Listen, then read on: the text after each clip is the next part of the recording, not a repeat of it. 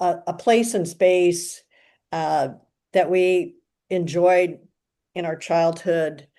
Um, and now I want you to kind of think about this special place, this child, the place you played and who you played with, and imagine that 20 years later you found out that that place where you'd been playing had been a landfill that was covered up and that they'd found toxic chemicals had been leaching into the soil and the water for decades. So that's an abrupt jump, I know. But that's a situation that the people who live around Bingham Park find themselves. So we're here now to listen and learn about what's happening to our neighbors in East Greensboro. Our presenters are from the Bingham Park Environmental Justice Team. Tiarra Brown Watson is a community organizer with experience advancing environmental justice through resident-led advocacy in East Greensboro. In her work with the Bingham Park Environmental Justice Team, she served as a coordinator and liaison, prioritizing community voice, supporting resident leadership, and bridging relationships with key stakeholders to advance efforts toward full remediation. And Cheryl Johnson is a dedicated community member and leader from the Willow Oaks community, actively serving on the Bingham Park Environmental Justice Team. She prioritizes resident voices, supports team initiatives, and facilitates connections between community members and stakeholders. With a background in science, military service, and environmental advocacy. Cheryl brings expertise in leadership, public speaking, and community engagement to advance the full remediation and long-term safety of Bingham Park. So I am going to turn it over to the Bingham Park Environmental Justice Team, members from that. Thank you for being here. So much for having Thank you. us. So I'm gonna go ahead and share my screen to share some slides for this morning. Let me present.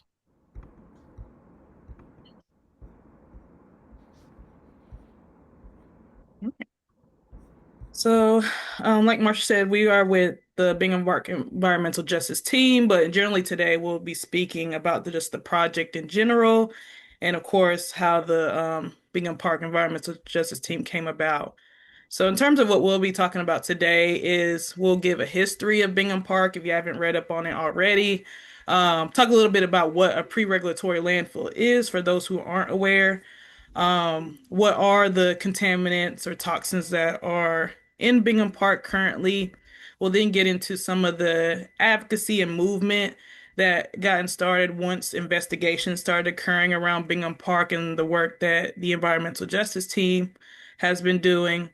We'll also talk about the different remediation options, and then where we are currently today, where the city council vote that happened on October 22nd, 2024, where we are now, and then go into a Q&A if you do have any additional questions for us outside of these slides, or any questions about what's on the slides.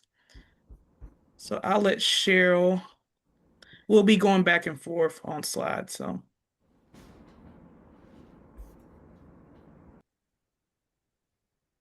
Trying to unmute myself. Good morning again, everyone. And thank you so much for going with us on this journey to trying to get environmental justice for the harm that's been done to this community over 100 years ago. So we're going to begin with this slide, this short video that will enlighten you all to the history of this fight in Bingham Park.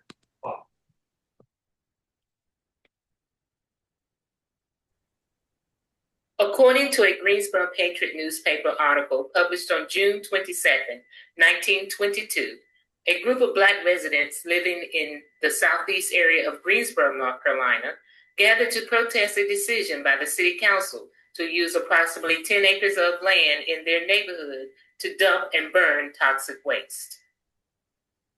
Many of those working to prevent the placement of this landfill had lived in the neighborhood for years and owned property in the area. We imagined that they could foresee the devastation this landfill may bring. In fact, this area had a proud history of decades of African American home ownership, strong neighborhood associations, vibrant churches, and upward economic mobility. The area once bustled with shops and business professionals from the 1950s and the 1960s to the early 70s. Moreover, Dr. William M. Hampton founded Hampton Elementary, a school at the heart of the community. Unfortunately, the school is now closed due to the devastating tornado that hit the area in 2018, tearing off sections of its roof and leading the school board to declare that the school could not be reopened. After the mid-1970s, the main street, Cottage Grove Avenue, was renamed South English Street and became a cut-through street. This change cut the neighborhood out of major investment and economic development, most critically seen in housing, education, and income. Almost three-fourths of the residents rent their homes, and a vast majority of these renters, 69%, pay over 30% of their income for housing. Although the placement of this landfill occurred before state and federal environmental regulations, laws were in place known as pre-regulatory landfills. This event was no accident. Racism, racial residential segregation, and Jim Crow laws were all in effect at the time, leaving this community vulnerable to these external forces and the placement of this landfill. Over the years, the state has conducted several studies of the park area and found the presence of 9 metals at concentrations greater than the North Carolina preliminary soil remediation goals. The levels of lead found in the soil exceeded safe levels of the hazard index for non-carcinogenic risks and were above EPA and NCDEQ limits. Moreover, a tree analysis showed that of 61 trees in the park, 37 have been recommended for removal. Today, residents are working alongside community and city leaders, as well as researchers, to build evidence and support action to remediate the park. Using environmental justice as the guiding principle, this collaborative effort focused on policies and broader systems that created the environmental inequities.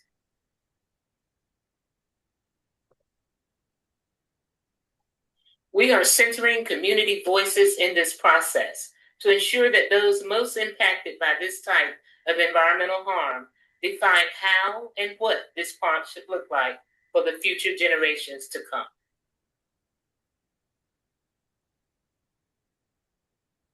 And that was our wonderful Miss Pat, Patricia McFoy, who was giving the dialogue on that.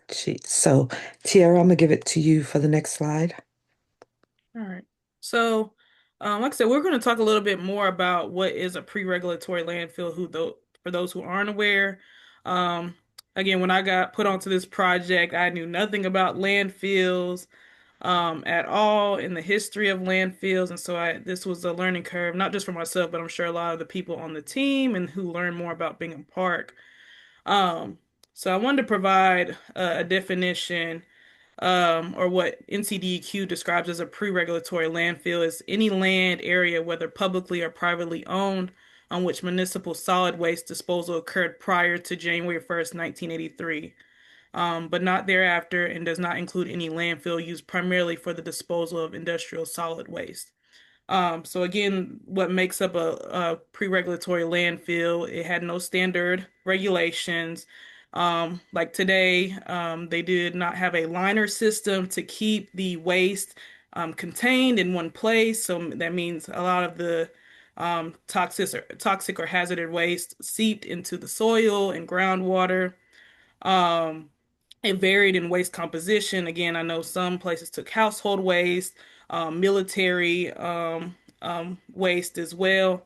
And then other things like environmental hazards, like going back to what I said about the leaching of the hazardous waste to nearby communities, especially because we'll talk a little bit more about where a lot of these landfill sites have been placed in the next slide, but are primarily near Black and Brown or have been placed in Black and Brown communities once after shut down. And so, again, the risks to the community is also a component of the pre-regulatory landfill, and still unknown site records, and we'll see in the next slide as well, and remediation challenges. So this is a map of North Carolina Department of Environmental Quality's website of all the pre-regulatory landfills that are in the state of North Carolina. So Currently, what has been identified is over, I think, 684, but we know and are aware there are more sites that they are still unaware of. In the state of North Carolina, the green sites have been sites that are fully remediated. And when we say fully remediated through NCDQ terms, that means the cap and cover system. Um, and the pinks are places that are still under investigation right now. The blues are no further investigation. I guess that could mean depending on what the findings of the investigation were. And then the purples are places that are still needing further action or looking into. So you could see again across the state, there are many still pre-regulatory landfill sites, and again, still that are some that are unidentified that we're learning more in Greensboro. I think right now, just looking in Greensboro, there's three, four right in Greensboro. There's still more that aren't identified at the moment. Now I'll pass this to Cheryl to talk more about what's in Bingham Park. What's beneath the Bingham Park um, grounds? Well, the waste beneath the park includes high levels of, but not limited to, semi-volatile and organic compounds such as arsenic, cobalt, lead, manganese, and vanadium. These are affecting the trees, the water, and the soil and the surrounding environment and the neighborhood. So we have things that are seeping up out of the ground. The park has been closed due to the high lead that's in the park. It was thought to be a lower lead level at some point, but they found that the lead level was high. It had been high, but by the standards the state gave and the Department of Environmental Quality, they had to close the park. So the park is fully closed and inaccessible to the public at this time. Tiara, you want to go to the next slide?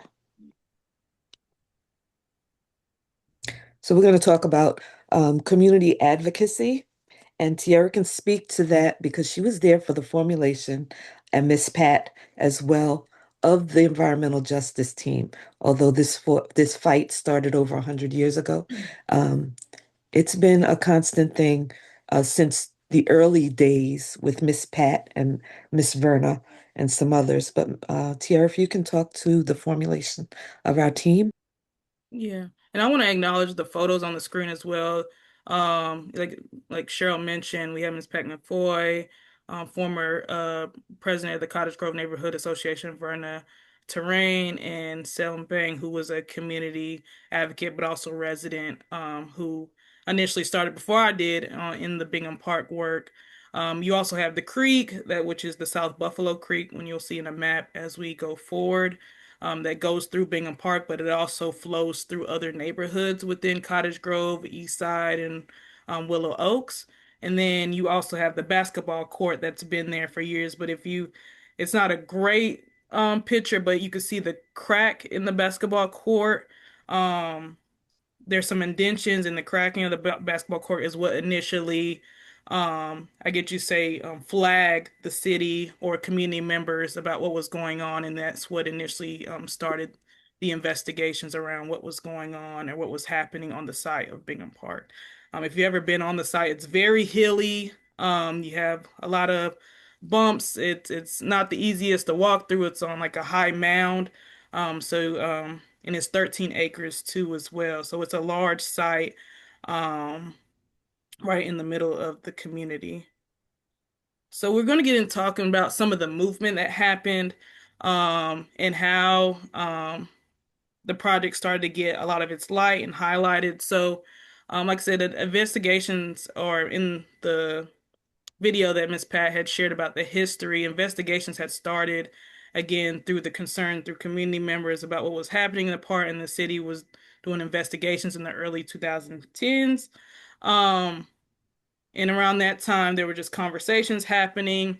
But then 2017, some UNCG researchers at the time, a leader at Cone Health, came together to apply for a Robert Wood Johnson Foundation grant that wanted to do a deeper dive into what were maybe potentially some of the health impacts around Bingham Park into the community and possible solutions for remediation. And so that top picture you see some of the community residents, leaders, meeting with NCDQ and some city officials. And again, we want to make sure we're including the city because this is a city property, city site. So any funding, any questions, anything related to the property has to include the city of Greensboro, especially if you're thinking about funds or thinking about doing anything to the property. And so they had that grant in 2017. I think that again, COVID had came around during that time, so a lot of things had slowed down during that period. I know they were having a lot harder time getting some of the data that was needed. I know they were looking at cancer implications from the site and around Bingham Park in the community. They were doing some story collections from some of the residents surrounding Bingham Park because a lot of the residents who reside there currently have lived there privy to when the landfill or incinerator was in existence or when the park got placed in Bingham Park. So they did some um, historical stories from those residents. And then in 2022, there was conversations about oh, and I forgot to mention they were also hosting community meetings bi-weekly. So every Friday in the afternoons, there was a meeting with the UNCG researchers, the city of Greensboro, but also community residents and leaders to ask the state, the city any questions and provide updates to the community about what was happening and next steps regarding remediation. So within that process, we noticed there was the researchers wanted more engagement and leadership from the local community to lead some of the advocacy efforts around what was going around Bingham Park, but also do some outreach because a lot of people still didn't know what was happening with Bingham Park, and so with that grant, they we recruited. I was a part of that process, Miss Pat Sale and those UNCG researchers to recruit leaders that lived in the surrounding neighborhoods, which was Cottage Grove, Eastside Park, and Willow Oaks. And so we just did a brochure outreach to the different neighborhood associations, telling them to, send this out to your communities. We did a formal process of just kind of getting to know them, interviewing them, and then letting them know they were part of the team. And so we had two leaders from Willow Oaks, one leader from Cottage Grove, and then two from Eastside Park at that time in 2022. And so we put them through um, some engagement processes that helped well equip them with some of the information data that we have received starting in 2017 and prior. So we can well equip them to, do things like we're doing today, currently outreach, sharing what's happening with Bingham Park, but also engaging with our different stakeholders and partners like the city and CDEQ about what's happening in Bingham Park. So we were doing, like I said, bi-weekly meetings as a team and reaching out to the community. We were doing some informed decision making about things that should happen, asking about types of events that we should be having. And one of those things were Earth Day. We would do a session in Bingham Park before it closed to kind of level set and ground ourselves in what was happening in the community, invite community members out there. We also did some walk in the park events where we had community residents, again, prior to the closing, walk through the park in collaboration with the city where they shared some of the data and maps. That way, the residents got to actually go through the park if they haven't gotten to before, but also learn a little bit more um, about what was happening in terms of the contaminants and what was happening in terms of next steps for remediation. And throughout this process, it was always full remediation for the community, and what was understood by the city, and also through other partnerships like Keisha Cunningham Dockery mentioned. We met with the City of Greensboro Parks and Recreation Commission and presented and got their buy-in in supporting the full remediation in Bingham Park. We also worked with the North Carolina Research Triangle React for EJ group. We presented at their summit and worked with them a lot because they do a lot of things around soil testing, air monitoring, And so they have resources available to do some of those additional things. So we started working with them. Those things haven't been implemented yet, but those are partnerships that had formulated over the years in meeting different groups and different stakeholders. And then I wanted to mention the funding because that's a big part. I don't know, it's going to be mentioned about in regards to why full remediation wasn't the option that was moved forward with. So NCDEQ provides a subset of funds for landfill remediations. It's between $7 to $10 million, but because we weren't sure what funding what the state wouldn't be sure what funding was available, 7 million is always that lower minimum number they've always went with in terms of what was going to be in the budget for remediation of Bingham Park. We had also State Bill 259 with $2 million that was pending for Bingham Park. I think it's approved now. And then we had the federal appropriations bill that was pushed through by Kathy Manning of $1.05 million to go towards the full remediation of Bingham Park. And so now we want to talk a little bit more about the remediation options. Um, pri Privy to what happened during the vote, there were four initial remediation options for Bingham Park. As you can see, these are maps from NCDEQ that was presented to us. As you can see, the full scale of Bingham Park. You can see the blue is where the creek passes through Bingham Park. Sides of that, you see Willow Oaks, the community at the bottom, and on top of there is where the Maplewood Cemetery is too as well. And then you see the tree canopy and things and where things existed, like the baseball field. But there were four different options. The first three were pretty similar in the sense that they were all cap and cover remediation options. As you can see in the bottom, I guess you say right corner for you all, you see the cap and cover system that's proposed in those first three options.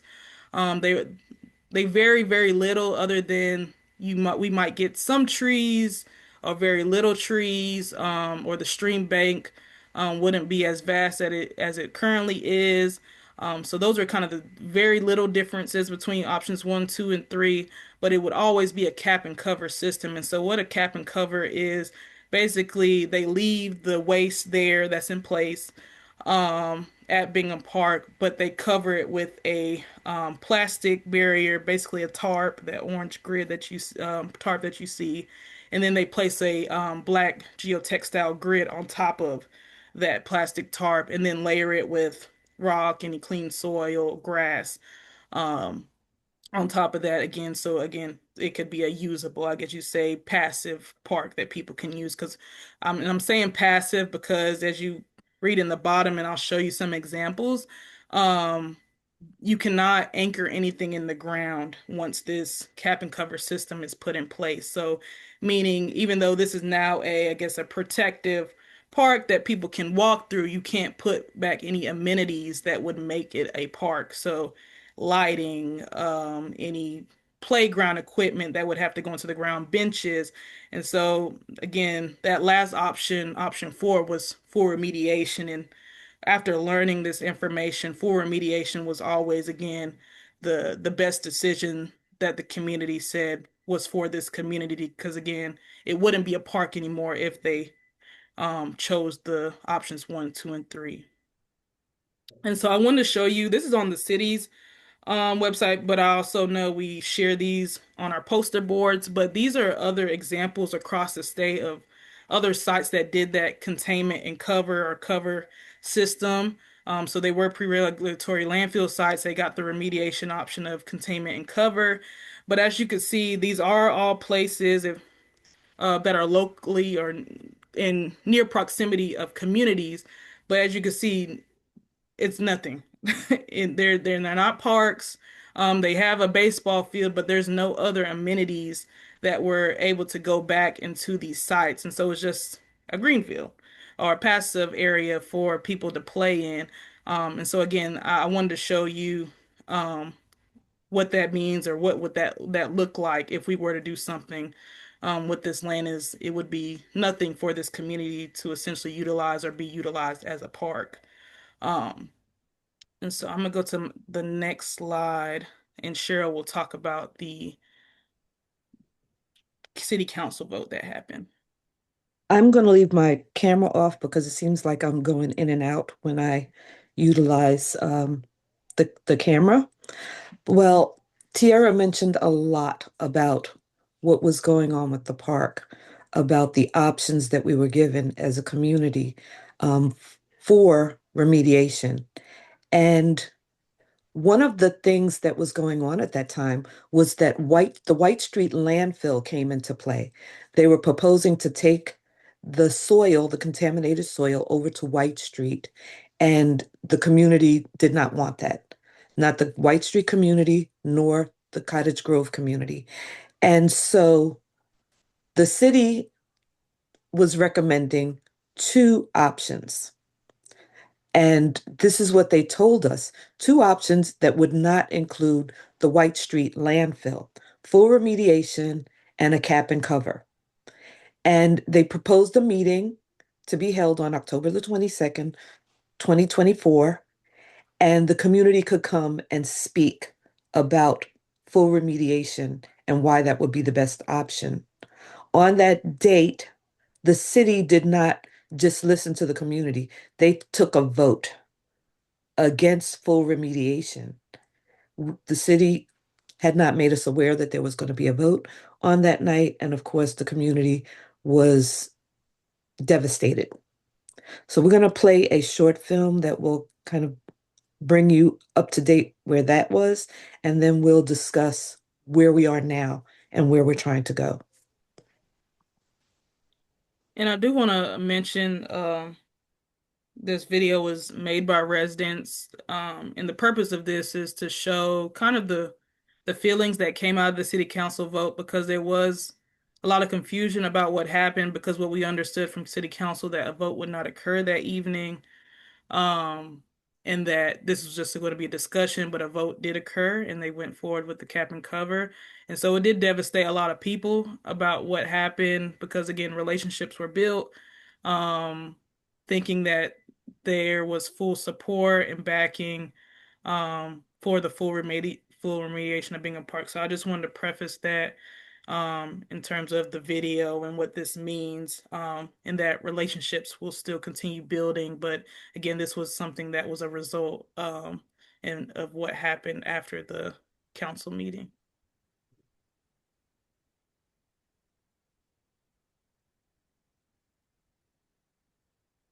The hardest part about understanding what was done was just the lack of care in human doing. This is an image of contrast. Fly over this part of East Greensboro and look to the west, you can see the tall buildings of a progressive downtown.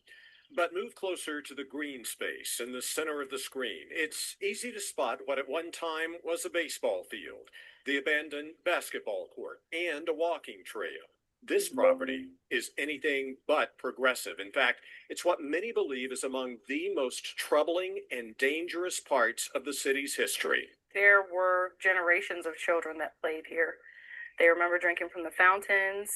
You know, they remember playing baseball here and then basketball here. But today, this is the now closed Bingham Park. And from the air, you can clearly see the fence the city put up earlier this spring. It surrounds all 12 acres.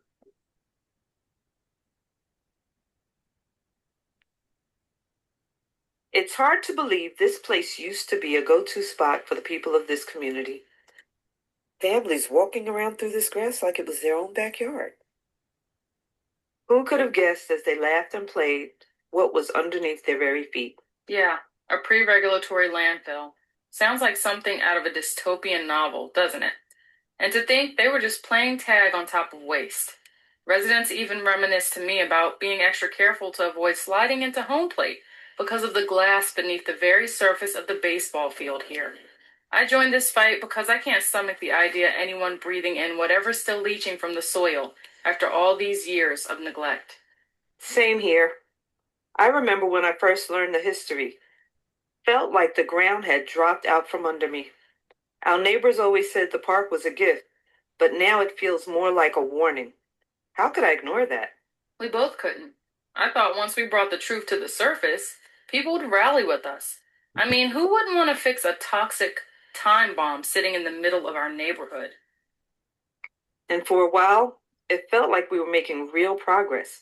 Building those early relationships with city officials, it was hard, but we did it together with our team members. We all showed up at every meeting. We brought the data. We shared our heartfelt stories. They said they were listening. Until they weren't. I'll never forget that council meeting. All that talk about cost effectiveness, like justice had a price tag, like the lives of our community weren't worth the full fix. When our own district council member voted against the full remediation plan, it felt like a slap in the face. We were in the room when they promised to do what's right. What changed? The budget, or maybe the politics. Either way, we were left to carry more than just disappointment. We're carrying the fight now with fewer hands. The structures changed, people moved on, burned out, but the load, heavier than ever. And yet, here we are, still organizing, still speaking out, still showing up. Without the allies we've made, environmental scientists, legal advocates, faith leaders, I don't know where we'd be. They keep us from going under. This is the reality. It's those partnerships that remind me this isn't hopeless. Hard? Absolutely. But hopeless? No. Not while we keep telling the truth.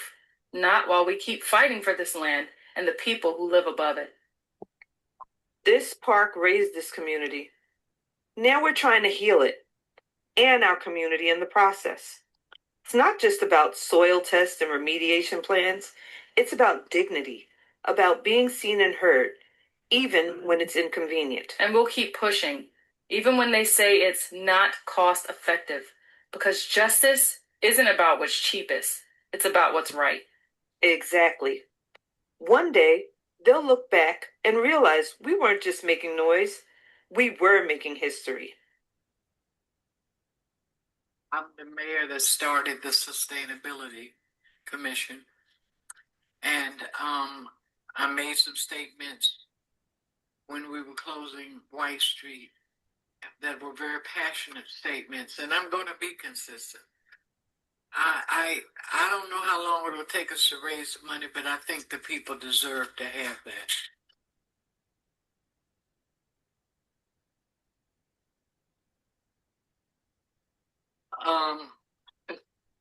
I may win or may lose, don't know, but I'm going to do what I believe is right.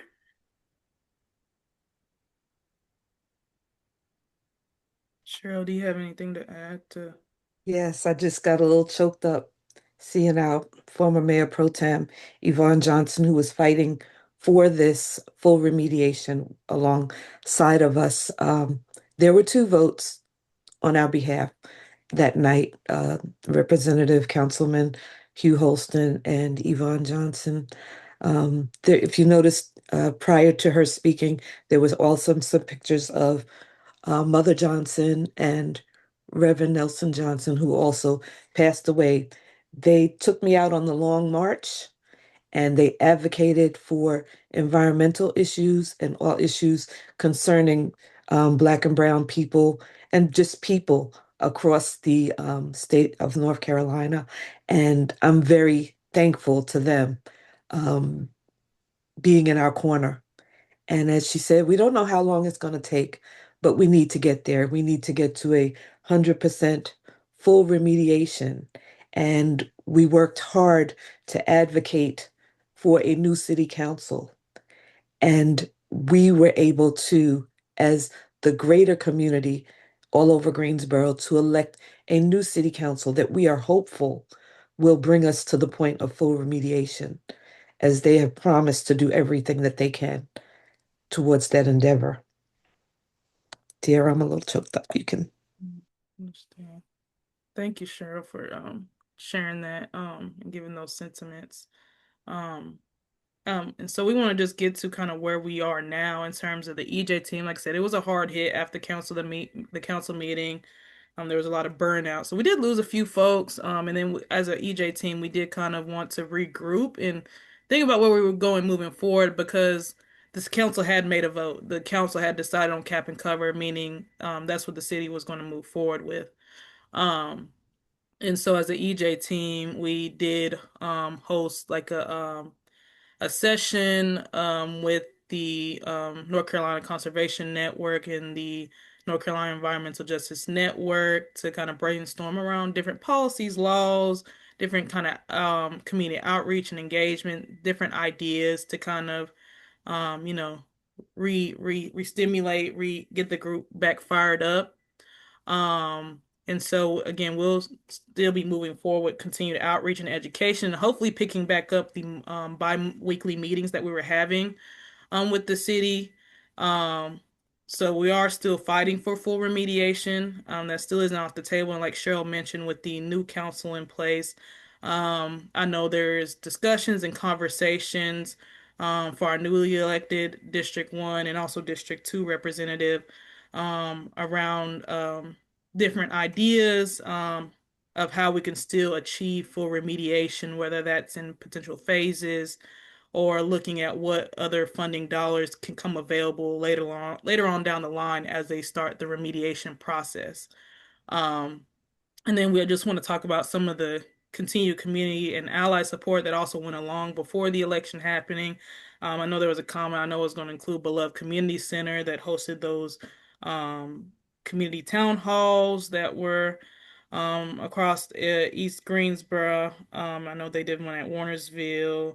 Is it they've done things at True Salvation, and they also did things at New Hope Community Development Group, but purposefully they included Bingham Park as one of the priority or tenant areas to focus on, or for our newly elected council leaders to look more into and also prioritize as they get into their seats.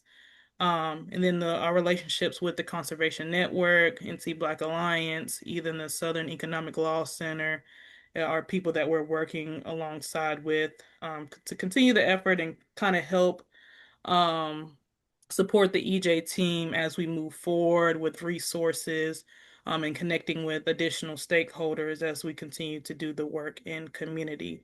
Um, so I also wanted to put where you can reach us. We have a website. It's a Google site. It's nothing too official, but we have something available that we want to continue building upon so people can find more information.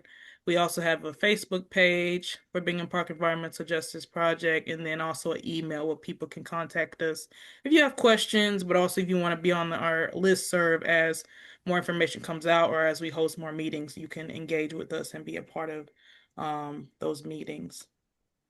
And so I will stop there to see if there's any questions from anybody from what was shared today or missed. I'm gonna stop sharing so I can see you all. I'm just looking at a screen right now. So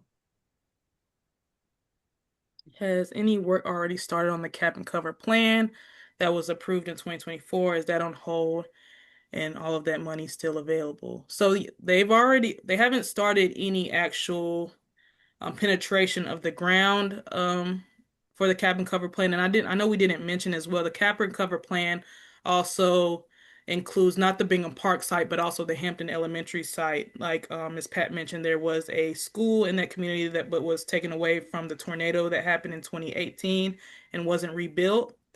Um, and so the city had bought the property from the school board, and so they included that as the property for the Bingham Park remediation site. So they will cap and cover Bingham Park, but fully clean up the little portion of Hampton Elementary that has contaminants as well and fully remediate that and put the park back in on that side of Hampton. So nothing, it would be a passive park basically for the Bingham Park side, the 13 acres. So I want to include that, but no actually penetration in the ground has happened, but they have went ahead and started looking for contractors, people to go ahead and start the work. Right now, before any remediation has to happen, they have to develop a remedial action plan. Called a RAP or RAP that has to be submitted to NCDEQ, but also it has to be something published for public comment too as well for the community so they can see the plans, who's working, and what is the plan going forward for the remediation site. And so they're still in that process right now in developing the remedial action plan. And then what we're told, hopefully in the next month or two, the remedial action plan will be available for public comment for the community to see.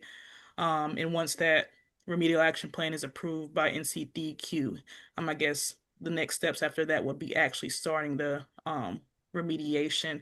And so you also mentioned the money still available. And so currently the dollars are still available, but one of those funding buckets, and I believe it's, I don't know if the 1 million, 10 million, please correct me if I'm wrong, Ms. Pat or Cheryl, expires June or July 2026. So this year. Those are the federal funds from Yeah. Federal. Kathy Manning. Yeah, so those federal dollars do expire this year, and so that's another reason that's pushing them to move a little bit faster with the remediation plan and getting that done and out the way. But I know they also, and what was told by us, is looking for an extension for those federal dollars. I guess they can't request that. Currently, they let us know they've asked for the extension, but I guess the federal government said wait until April or so. I don't know. There must be some things going on right now that they're prioritizing to kind of reevaluate potential extension of those dollars that will expire in the next couple months. So, um, And someone's asking the waste that was dumped there.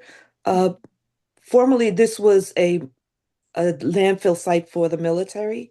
We don't actually know what they had going on there, but when it was closed for the military, it began to take in household waste. So it was a mixed use landfill. So it's not typical, no, but it is typical for Black and brown communities that have these pre-regulatory landfills in them.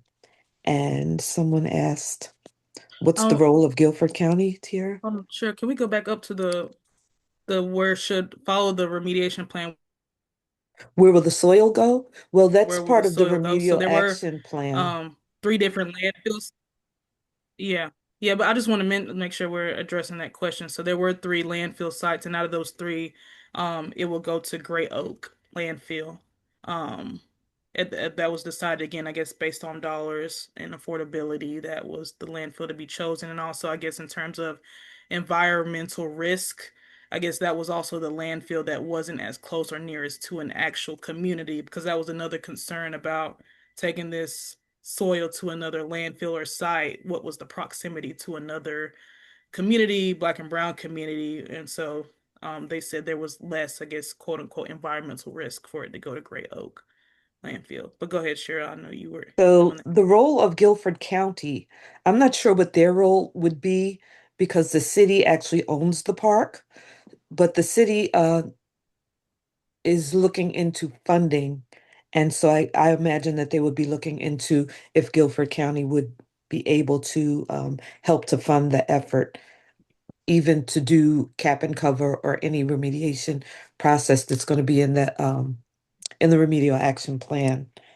And the cost for full remediation at one point it was 49 million. Is that right, Tiara?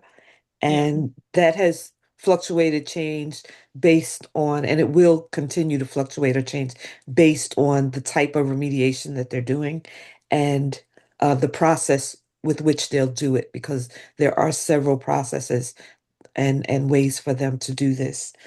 So I do want is to this, mention, yeah, go Cheryl, ahead. yeah. So the cost comparison that they have for cap and cover was 12.4 million, and then the actual for remediation, like Cheryl mentioned, they had to, like I said, it was 48 million, but I guess they evaluated cost and different measures, and so it was actually between 41 to 43 million dollars to actually do the full remediation of the park. Um, And the other part of that was how much is the city contributing?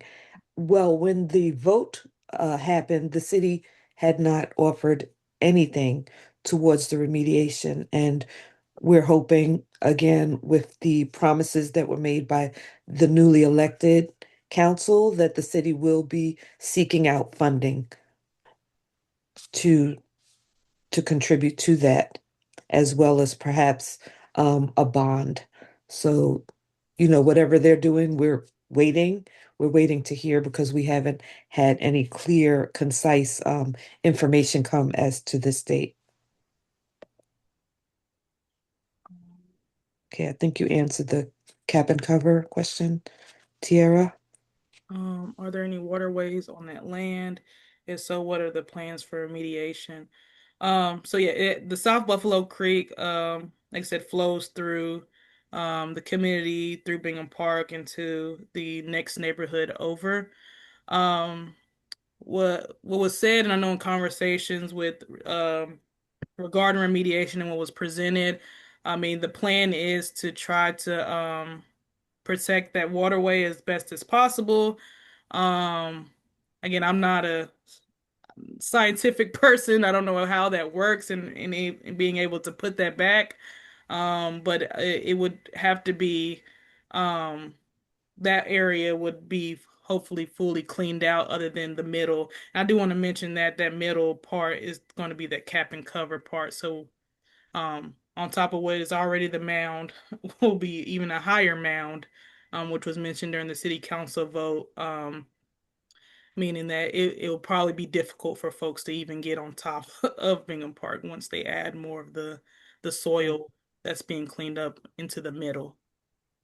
Okay, someone asked, when was it closed? The park was closed April the Mm-hmm. 11th, I believe, 2020, 2023.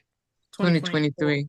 Yes, And let me just interject here just right Mm-hmm. quickly, because I believe that the folks that are on this call are allies to helping us push forward for the full remediation of Bingham Park. And I just want to give shout out to the community and surrounding neighborhoods because it was the strong advocacy and request of the environmental justice team and some of the community members, all of the community members that were attending the sessions, that park was closed. And so I just want to not leave this meeting today without saying that we still are fighting for the full remediation of Bingham Park because just as the late Yvonne Johnson said in that video, it is the right thing to do. And so I want to make sure that everyone on this call also knows that we are one community. So whatever environmental health and wellness issue that affects Cottage Grove, East Greensboro affects us all. And just keep in mind too, passive part. That is not what the community engagement, that there was a team that did community engagement, and out of all of the responses that were given, people wanted picnic shelters. They wanted, of course, a basketball court. They wanted walking trails. They wanted swings. They wanted a playground. You can't do that in a passive park. So I just encourage all of you to continue along this path with us in fighting for full remediation of Bingham Park. I know that it may not happen tomorrow, Lord willing, it will happen sooner than later. It's already been 100+ years. So I just want to thank you all for listening to this presentation. Thank you, Cheryl and Tiarra, for bringing this information out. And as I think it was Tiara said, we go forth with community meetings. It's important that we be able to contact you all. So please send us your information so that we can keep you in the loop. And one of the main things I think that has also helped is because we all came together with the election of this new city council. And so the slogan that we used was "Make them remember," and that has not been retired. So we need to make people remember while they're there, why we voted for them. We should have Bingham Park. Mm. Thank you. Well, that's that is a great way to kind of bring this to a close here. And I also teared up when I saw Reverend Jay and Sister Joyce. Um, yeah. So yeah, it's our community, it's our whole community, and we need to be standing together here.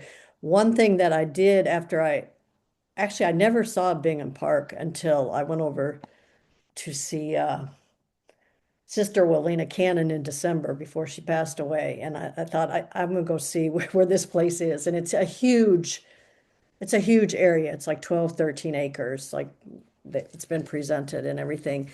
And one of the things that I started thinking about last night was, And I think the Swangers, I've been in some of these meetings and people have talked about there's this grant or something that was available called Keep Greensboro Green, and it was about keeping the tree canopy and all the things that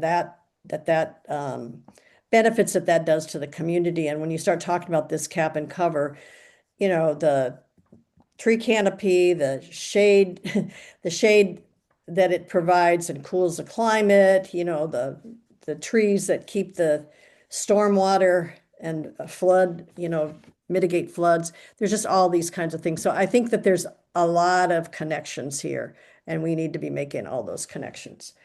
I would like to say something, just Yeah. to correct something that they gave us that image of the cap and cover, just so you all know. And Tiara talked about the tarp.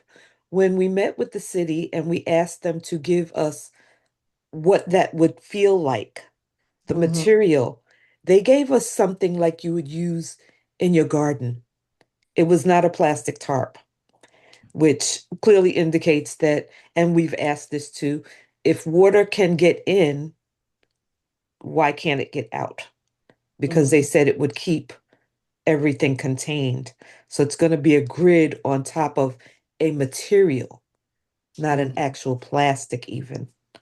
And so that's concerning. Someone asked about the health risks to the Mhm. community, surrounding community. No, we haven't gotten those that research back. We've asked for that as well.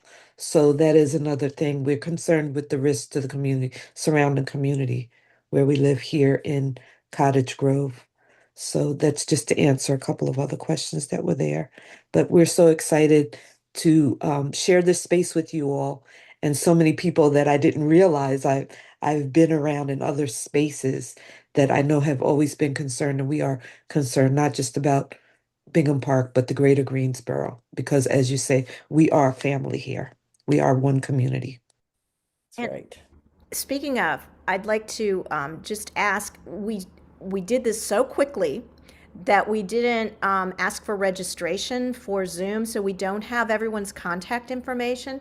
So if you do want a link to the recording of this message and the answers in the chat, if you would put your email address in the chat, I will be sure that I collect all of those. So thank you.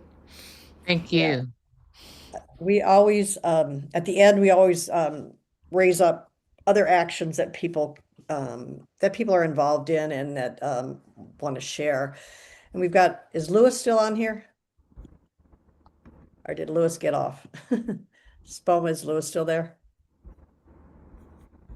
No. Okay, well, we'll just put up. We're here. Okay.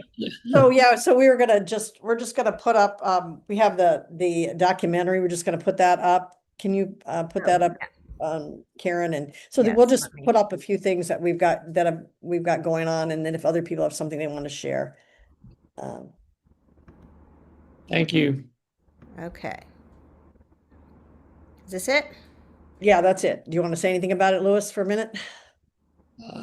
It's we urge everybody to come. Unfortunately, it's in conflict with Bernie Sanders being here. But the well, to try to be short, if we could all go back and reread Dr. King's Beyond Vietnam speech, he was so prescient, so much predicting that the U.S. empire is creating the spiritual death not only of this nation but the physical death of the planet. And now the clear connection with that our U.S. empire, which includes NATO, being the biggest user of and puller of fossil fuels, is sort of a new understanding, and this is a critical film that helps break into that issue. Thank you. Do you have stuff about the summit there you can put up? There we go. Is that it? Jada, do you want to say something about the summit? Yes, thank you. So yeah, if weather permits, fingers crossed, we will be having our 2026 North Carolina Truth, Justice, and Reconciliation Commission Summit at Bennett College, particularly in the Global Learning Center. We will have 3 days of just conversation, workshops, and including a mock trial that's actually happening on that Sunday, February 8th, featuring our youth interns. And yeah, we're putting the state of North Carolina on trial. And so it's going to be a really exciting time for us to just come together in community and talk about the events that are happening in our, not just here in Greensboro, but across the state. And last time I checked the registration, we actually had some participants who were coming from out of state. So we are now shifting this statewide summit into a nationwide summit, in which we're just coming together to be in community, come up with solutions, and learn more about, what is going on in Greensboro that they can take back to their respective communities. What are they doing in their respective communities, bringing that to Greensboro, and just really just expanding our network and working towards this narrative change and the truth process that Beloved Community Center has been engaged with for the past 30 years. So I do thank y'all for the opportunity to express that. Please, if you can, come to the summit. If you'll be out of town, we will be live streaming on our YouTube and potentially our Facebook.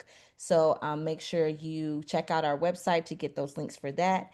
But yes, that's it. That's all I had. Thank Awesome. you. Will you put those links in the chat, Jada? Absolutely. What else we got here? Let's see. Greensboro Without Borders is organizing another event to write letters against ICE and the Border Patrol funding, and that's at 6 o'clock Thursday, the 5th at Scuppernong Books. I know Aiden sent something about the pipeline, and it was a really long thing. It was basically, I guess, FERC approved the pipeline, but there are some actions. There'll be some meetings about contractors. Karen, do you have that, or can you sum it up a little bit more? I don't have it in front of me. I'll give it. I'd like to turn it over to Eileen. She has an event, and in the meantime, I will find that information for you. Okay. Sorry. So Eileen, go ahead. Thank you so much, Karen, and it's great to be with you all. My name's Eileen Flanagan. I'm a Philadelphia activist, and the group I work with works at the intersection of connecting climate change and environmental justice. And we especially campaign against the companies that are causing both problems. So out of that work, I'm also an author. I got curious about what we could learn from people around the country. So I'm going to be speaking at Scuppernong Books on February 23rd at 6 p.m. about some of the lessons of that book. It's called Common Ground: How the Crisis of the Earth is Saving Us from Our Illusion of Separation. And it's exactly about what I heard here about people seeing themselves as one community and how necessary that is to bridge all the ways that power holders try to divide us. So that's about the book. I'm a Quaker, and some of the local Quakers have also organized for me to do a nonviolence training on Saturday, the 28th. So I put both in the chat there. And if anyone's from another part of the state, I'm also putting in my events. I'm doing about 10 events in North Carolina, which is a state near and dear to my heart. So I'm really grateful to be with you all. And thank you, Karen, for inviting me to share what I'm doing here. Great. Glad you came. Sorry, we don't have, just about the documentary, we don't have a link, Lois, right? I don't see any kind of link. It's basically an in-person screening, so. I did put the link for if you have information on the for SSEP. That's in the Okay. little bit. Anybody have anything else? Marcia? Yeah, go ahead, Margaret. If anybody is going to be available on Thursday at the time of the county commissioners meeting at 5:30, we would love to have you come just at the beginning of the meeting for Guilford Clean Power Now. The commissioners will be meeting in High Point this Thursday, so it's a little different. Anybody in the High Point area in particular, if you were available, just to sit with us. You don't have to speak or anything, but during the public comments, to be there to support our speaker or speakers would be really lovely. And they do it right at the beginning of the meeting, so you wouldn't have to be there a long time, but since it's in High Point, we could really use some extra support for Guilford Clean Power Now. Thank you. Susan Lindsay, you had that Yeah. electrify the, do you Yep. have that flyer, electrify the Triad? Or is that what it, Oh, go I ahead. had I that up. saw it up for a minute. Let me share. Here we go. Yeah, and I put the website in the chat. So we're starting to electrify the Triad project, which will have a navigation program to help people access information and funding around clean energy projects. It's specifically about accessibility. So if you know someone who would like to make their house more energy efficient, but doesn't feel like they have the money to do that, that's what we're all about. So please share that with folks. And the event is in Kernersville on the 28th. All right. And if you have a link you can put in the chat, that will be great. Because folks Yeah, it's in the chat. Okay, good. And then tonight, Bill McKibben with Third Act Central, our national group, has a Simplify Solar campaign kickoff. So if you're interested, I will put that in the chat as well. And Trill, you just said something about intergenerational movement. I just saw that. Do you want to say anything more about it or not? Hey, yeah, I was just sharing on March 1st at Faith Community Church, Lubbock Community Center.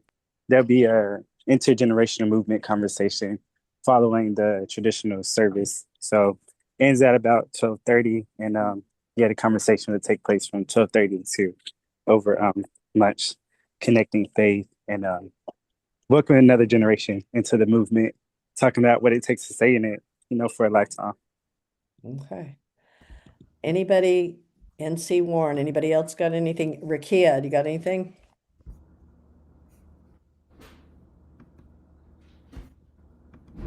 Okay. Nope, nothing from me. Okay. Okay, well, thanks everybody for coming, and thank you, Karen Willie, for doing our comm stuff. Right. Yeah, because we usually do this in person, but this has been really exceptional, and I think it's been great the way we did it today, because we got people from Philadelphia here. Hey, so yeah, and really thank you for the Bingham Park Environmental Justice Team, and Absolutely. Everybody who's been doing this work for the last 100 years. So thank you all. All right. And then Thank you. Is your Zoom link the same every meeting? Well, we normally meet at the back table, 816 South Elm. We meet in person. We do this in person, but no, because she's of talking about the slide I sorry. just had up. Your meeting next week. I'm sorry, what? You Go had ahead. a meeting. Yeah, on the 11th. Actually, yeah. I think that might change to the 18th, though. Did you put that up there? I did, but I didn't have a link, so okay. We'll let you know. Yeah, we'll let you thank know. you so much. We're Because moving it to the evening. We usually meet. We were meeting on the second Tuesday in the afternoon, and we decided we would try an evening meeting. So, yeah. So we will let you know. Thank you so much. I'd like to be at your table more often. Okay, that would be great. Awesome. And yeah. And like I said, Third Act is, so the leadership is basically people over 60, but we work with everybody like Trill and Well, it's Everyone's a good thing welcome. I'm 63. okay, well,